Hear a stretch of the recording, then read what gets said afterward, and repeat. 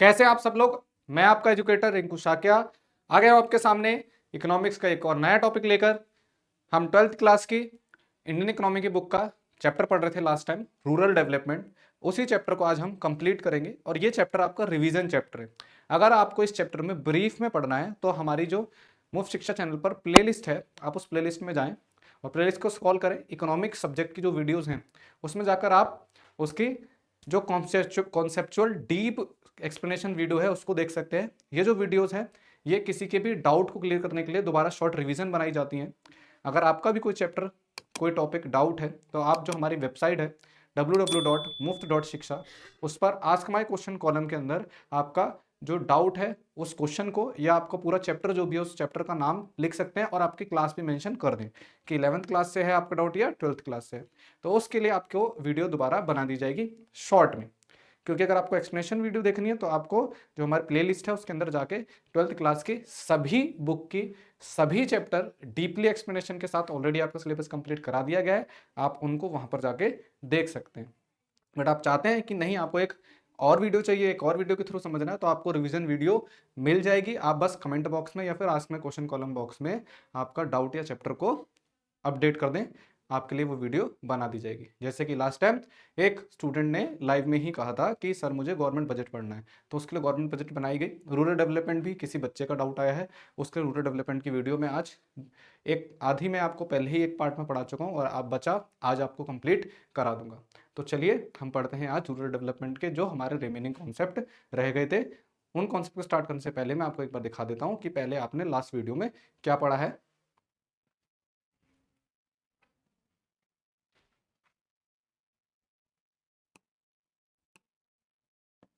Last video में देखो आपने पहले रूरल डेवलपमेंट प्रोसेस के बारे में पढ़ा, उसके बाद आपने की इश्यूज इन रूरल डेवलपमेंट की रूरल डेवलपमेंट में क्या क्या प्रॉब्लम्स अभी भी हैं उनके बारे में पढ़ा। फिर आपने पढ़ा सोर्स रूरल डेवलपमेंट जो क्रेडिट सोर्स हैं, यानी कि जहाँ से जो फार्मर्स है पैसा लेते हैं वो कौन कौन से सोर्स हैं, या तो नॉन इंस्टीट्यूशनल सोर्सेज हैं या फिर इंस्टीट्यूशनल सोर्सेज हैं।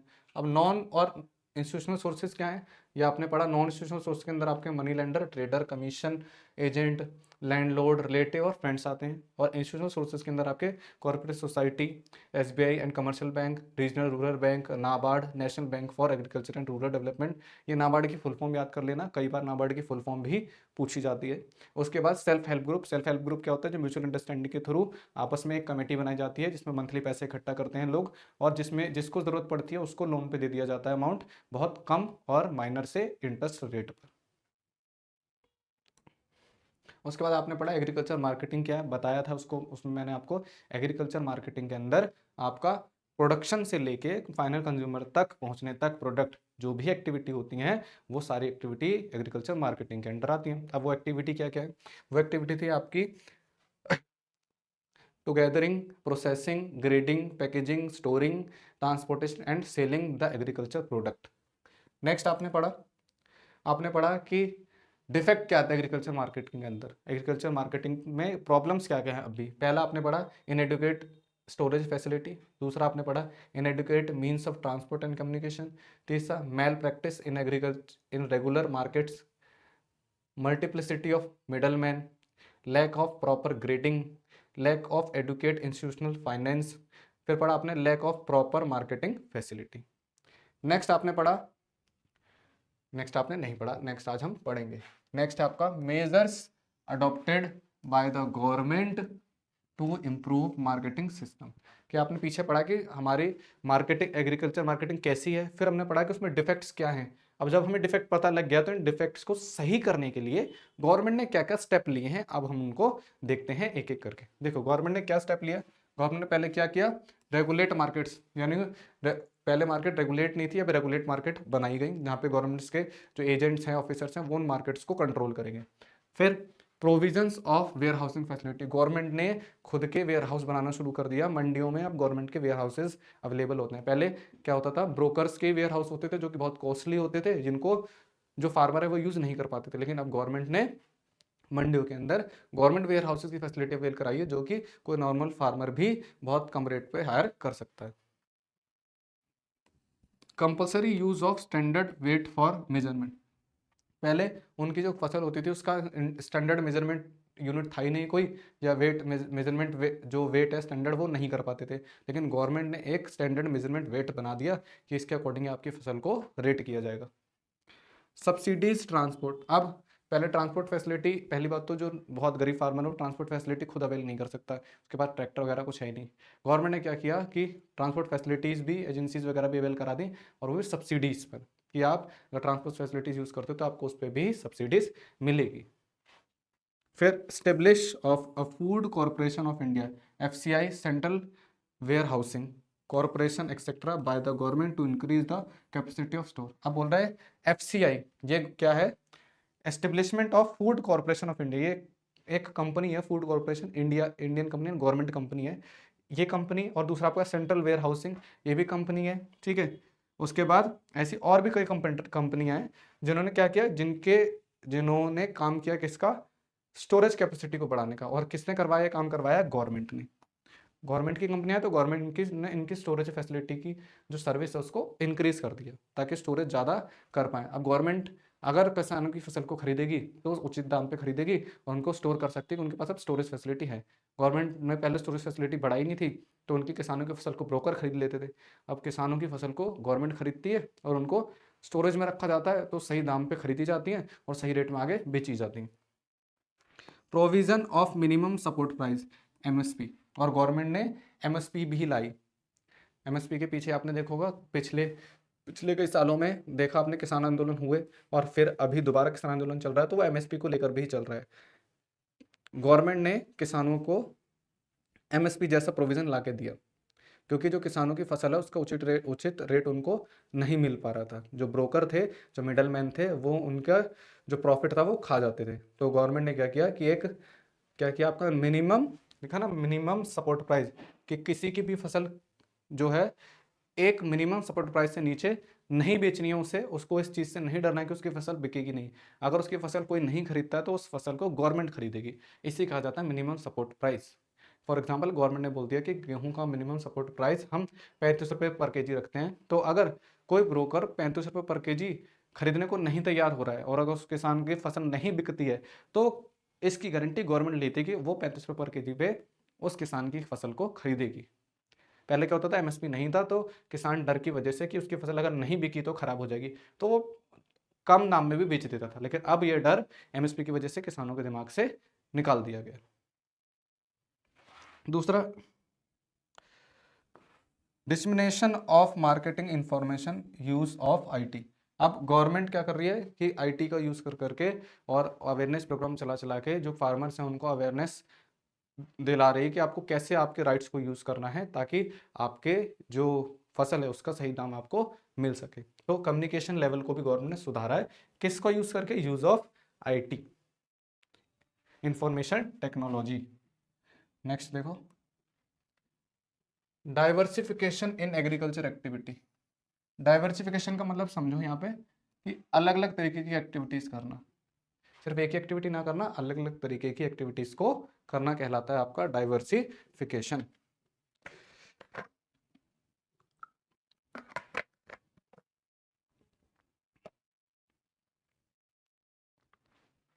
देखो पहले इट हैज टू एस्पेक्ट, जो एग्रीकल्चर में अगर आपके डाइवर्सिफिकेशन लाता जाता है उसके दो एस्पेक्ट हैं।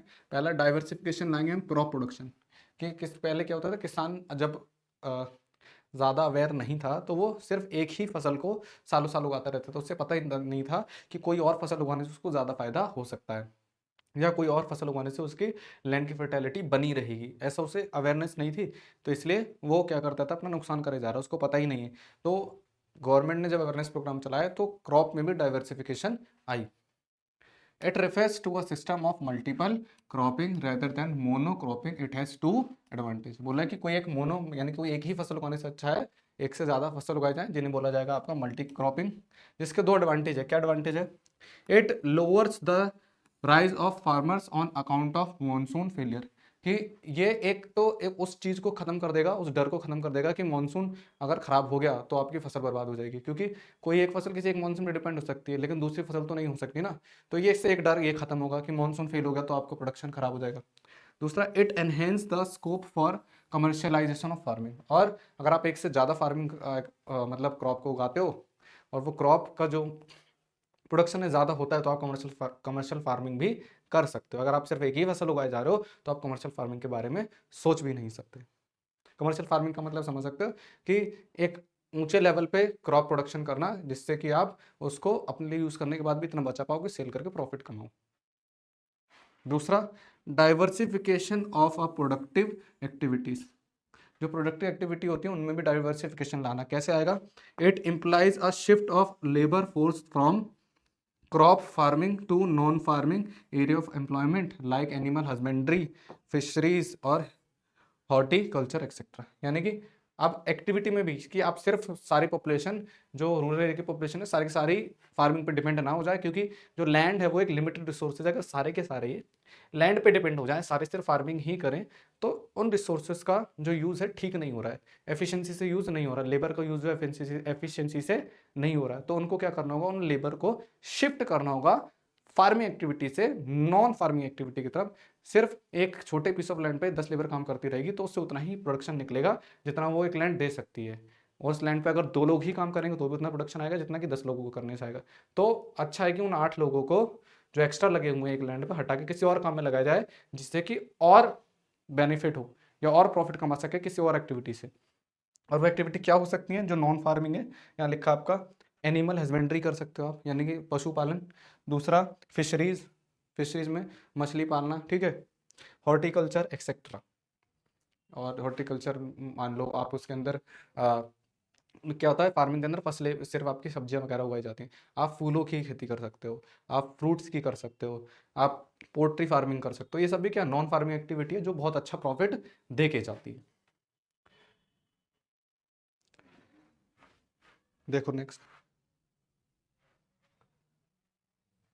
Non farm area of employment for rural population.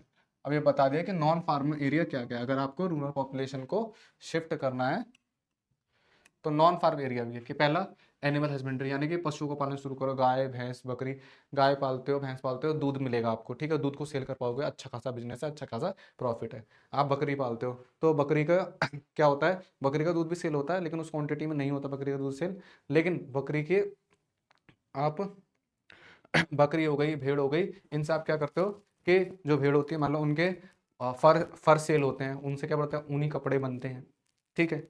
और भी एनिमल्स हैं, आप उनको पाल सकते हो, उनको यूज़ कर सकते हो, ठीक है।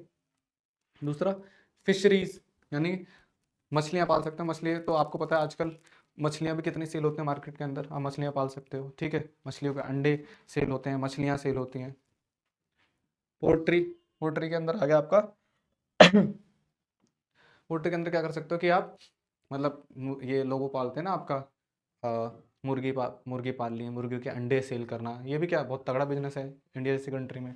फिर बी कीपिंग, मधुमक्खियाँ पालना, मधुमक्खियाँ पाल के क्या करता है उनका शहद इकट्ठा करना, शहद भी बहुत कॉस्टली रेट पे बिकता है, ठीक है। तो ये नॉन फार्मिंग एक्टिविटी है। हॉर्टिकल्चर है नॉन फार्मिंग एक्टिविटी।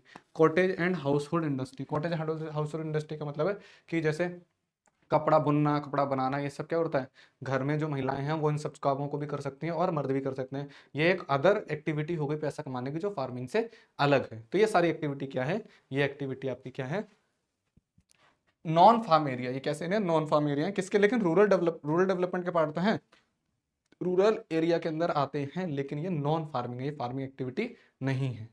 नेक्स्ट देखो, ऑर्गेनिक फार्मिंग क्या होती है, मैंने आपको बताया भी। ऑर्गेनिक फार्मिंग की तरह ही है, यानी कि आप फसलों को उगाओगे, लेकिन ऑर्गेनिक का मतलब है यहाँ पे आप किसी भी केमिकल, किसी भी पेस्टिसाइड्स, किसी भी एडवांस टेक्नोलॉजी, इनमें से किसी भी चीज़ का इस्तेमाल नहीं करते हैं। बिल्कुल एकदम प्योर चीज़ों को इस्तेमाल करके क्रॉप्स को ग्रो किया जाता है, तो उसे कहते हैं आपका ऑर्गेनिक फार्मिंग। अब देखो ऑर्गेनिक फार्मिंग क्या है, बता रहा definition, organic farming is a system of farming in which organic inputs basically, अब ऑर्गेनिक इनपुट है कैसे है, basically include animal measures and compost, animal के जो वेस्ट होते हैं ना उन्हीं को खाद बना के यूज करना, are use for cultivation, it discourage the use of cultivation, it discourage the use of chemical inputs, ये 2 बार लिख दिया, इसको हटा देना, है ना। ये क्या करता है, डिस्करेज करता है केमिकल्स का, किसके अंदर, कल्टीवेशन में। This method of farming is environment friendly, ये जो मेथड होता है एनवायरमेंट फ्रेंडली होता है, क्योंकि आप अगर केमिकल्स को यूज करते रहते हो फसल को उगाने के लिए तो एक एक लिमिट तक ठीक होता है, लेकिन अब बार बार जब हम केमिकल्स का यूज करते हैं तो उससे जो लैंड की फर्टेलिटी है वो खत्म होती चली जाती है, ठीक है। तो इसलिए ऑर्गेनिक चीज़ों को यूज़ करेंगे तो लैंड की फर्टेलिटी खत्म होने की जगह बढ़ना शुरू हो जाती है, और जो प्रोडक्ट निकल के आता है वो प्रोडक्ट भी आपका केमिकल फार्मिंग जो हुई है उससे बेटर क्वालिटी का होता है, ठीक है। नेक्स्ट देखो, एडवांटेज ऑफ ऑर्गेनिक फार्मिंग। भाई एडवांटेज क्या है ऑर्गेनिक फार्मिंग के, पहला देखो, organic level of soil increase by the use of organic input and sustainable soil food. बोला अगर हम ऑर्गेनिक इनपुट यूज करें तो इससे क्या, soil increase by the use of organic, soil की जो फर्टिलिटी है वो बढ़ती है, ठीक है। सॉइल किसकी वजह से बढ़ती है, ऑर्गेनिक इनपुट्स की वजह से बढ़ती है। Organic inputs provide mineral for the growth of plant, और ऑर्गेनिक जो इनपुट है वो जो भी प्लांट जिस भी क्रॉप का आप ग्रो कर रहे हो उसको मिनरल्स प्रोवाइड करवाता है, जबकि केमिकल्स मिनरल्स प्रोवाइड नहीं करवा सकता। Organic inputs are cheap as compare to chemical input, और ऑर्गेनिक इनपुट्स कैसे होते हैं, अभी बताया एनिमल के वेस्ट वगैरह से बनते हैं, ठीक है। और जबकि केमिकल इनपुट्स को मार्केट से खरीदना पड़ता है, क्योंकि केमिकल इनपुट्स को प्रोड्यूस किया जाता है इसलिए वो कॉस्टली होते हैं, लेकिन जो ऑर्गेनिक इनपुट्स हैं वो वेस्ट से बनते हैं इसलिए वो चीप होते हैं। तो इसका मतलब ऑर्गेनिक फार्मिंग जो है इनपुट्स के मामले में आपके केमिकल फार्मिंग से क्या है, सस्ती है। Organic farming is environment friendly, क्योंकि ऑर्गेनिक फार्मिंग में ऐसा कोई भी इनपुट नहीं है जो एनवायरमेंट को डिस्टर्ब कर रहा हो, एनवायरमेंट को नुकसान पहुंचा रहा हो, तो इसलिए ऑर्गेनिक फार्मिंग क्या है, एनवायरमेंट फ्रेंडली, इको फ्रेंडली भी बोल सकते हो, यहाँ लिख सकते हो eco friendly. Inexpensive technology for small farmer, और जो स्मॉल फार्मर होते हैं उनके लिए ये बहुत इनएक्सपेंसिव है, एक्सपेंसिव का उल्टा है, यानी कि ये सस्ती टेक्नोलॉजी है, सस्ता मेथड है, वो उसको आसानी से इस्तेमाल कर सकते हैं। Organic farming based on labour intensive technique, बोल रहा है जो ऑर्गेनिक फार्मिंग होती है किस पे डिपेंड होती है, लेबर पे डिपेंड होती है। इनमें मशीनों का बहुत कम इस्तेमाल होता है, ज़्यादातर चीज़ें हाथ से ही की जाती हैं, यानी लेबर के थ्रू की जाती हैं, मशीनों का इस्तेमाल नहीं किया जा सकता, तो ये और भी सस्ती हो गई, मशीनें यूज ही नहीं करनी। We get healthier and tastier food by the use of organic farming, हम जितनी भी फार्मिंग ऑर्गेनिक फार्मिंग करते हैं तो उससे जो प्रोडक्शन निकल के आता है वो केमिकल यूज करने वाली फार्मिंग के कंपैरिजन में हेल्दी होता है और उससे ज़्यादा टेस्टी होता है। अगर आप खुद इसका महसूस करना चाहते हैं इस चीज़ को, तो आप एक तो कोई भी वेजिटेबल शहर में खरीदें और उसको बना के खाएं, और फिर वही सेम आप आपके होम टाउन चले जाएं और वहाँ पे डायरेक्ट पेड़ से तोड़े सब्जी को और उसे बनवाएं, आपको दोनों के टेस्ट में डिफरेंस पता लग जाएगा, क्योंकि वो ऑर्गेनिक फार्मिंग के थ्रू बनी है और ये केमिकल फार्मिंग के थ्रू, क्योंकि ये कमर्शियल फार्मिंग है और वो कमर्शियल फार्मिंग नहीं है। नेक्स्ट देखो, हो गए थे दोनों, ये हो गए। Disadvantage of organic farming, organic farming के डिसएडवांटेज क्या है भाई। ऑर्गेनिक फार्मिंग में पहला, initial cost is high, initial cost high क्यों है ऑर्गेनिक फार्मिंग के अंदर, क्योंकि ऑर्गेनिक फार्मिंग में आपको देखो सबसे बड़ी बात, सारा काम लेबर से ही होता है, अगर ऐसे देखा जाए तो ये कॉस्टली पड़ रही है, सारा काम लेबर से होता है, टाइम भी बहुत ज़्यादा जाता है, ठीक है। आपको इनपुट्स को रेडी करना पड़ता है, क्योंकि ऑर्गेनिक फार्मिंग के इनपुट्स मार्केट में अवेलेबल नहीं होते, क्योंकि बनते किससे हैं, ये बनते हैं आपके एनिमल्स के वेस्ट से, तो एनिमल के वेस्ट से बनने वाले जो इनपुट्स होते हैं उनको आपको खुद को रेडी करना पड़ता है, तो जहाँ टाइम ज़्यादा लग रहा है उस मामले में वो चीज़ हमेशा कॉस्टली होती है। तो जो इनिशियल कॉस्ट है, सिर्फ इनिशियल कॉस्ट, बाद में ये कॉस्टली नहीं है, यानी कि स्टार्टिंग में ही इनिशियल कॉस्ट होती है जो हाई होती है। प्रोड्यूस इज मोर पेरिसेबल, एक तो आपने अगर ऑर्गेनिक फार्मिंग की उससे जो प्रोडक्ट निकल के आएगा तो वो क्वालिटी में बहुत बढ़िया होगा, टेस्ट में बहुत बढ़िया होगा, वही उसका एक नेगेटिव पॉइंट है कि वो चीज़ अच्छी होगी इसलिए ज़्यादा टाइम तक नहीं टिकेगी। जो केमिकल फार्मिंग में होती है वो केमिकल्स के थ्रू बन के आती है चीज़ें, तो केमिकल्स के थ्रू उसको प्रिजर्व भी किया जा सकता है, लेकिन ऑर्गेनिक फार्मिंग से जो प्रोडक्ट निकल के आया है उसको प्रिजर्व करने के लिए केमिकल यूज नहीं कर सकते, इसलिए वो मोर पेरिशेबल होती है, यानी कि जल्दी से नष्ट होने वाले प्रोडक्ट होते हैं, ठीक है। नेक्स्ट, ये अगर आप हमसे हमारे किसी भी अदर सोशल मीडिया प्लेटफॉर्म पर जुड़ना चाहते हैं तो आप Facebook, Twitter, Instagram, YouTube, Telegram, LinkedIn, और अब तो हम अवेलेबल हैं व्हाट्सएप पे भी, तो आप व्हाट्सएप पे भी हमसे जुड़ सकते हैं। हमारा जो डोमेन नेम, हमारा जो वेबसाइट एड्रेस है वो है www.muftmuft.shik मुफ्त शिक्षा। आप इन हमसे हमारे डोमेन नेम को सर्च कर हम कनेक्ट हो सकते हैं।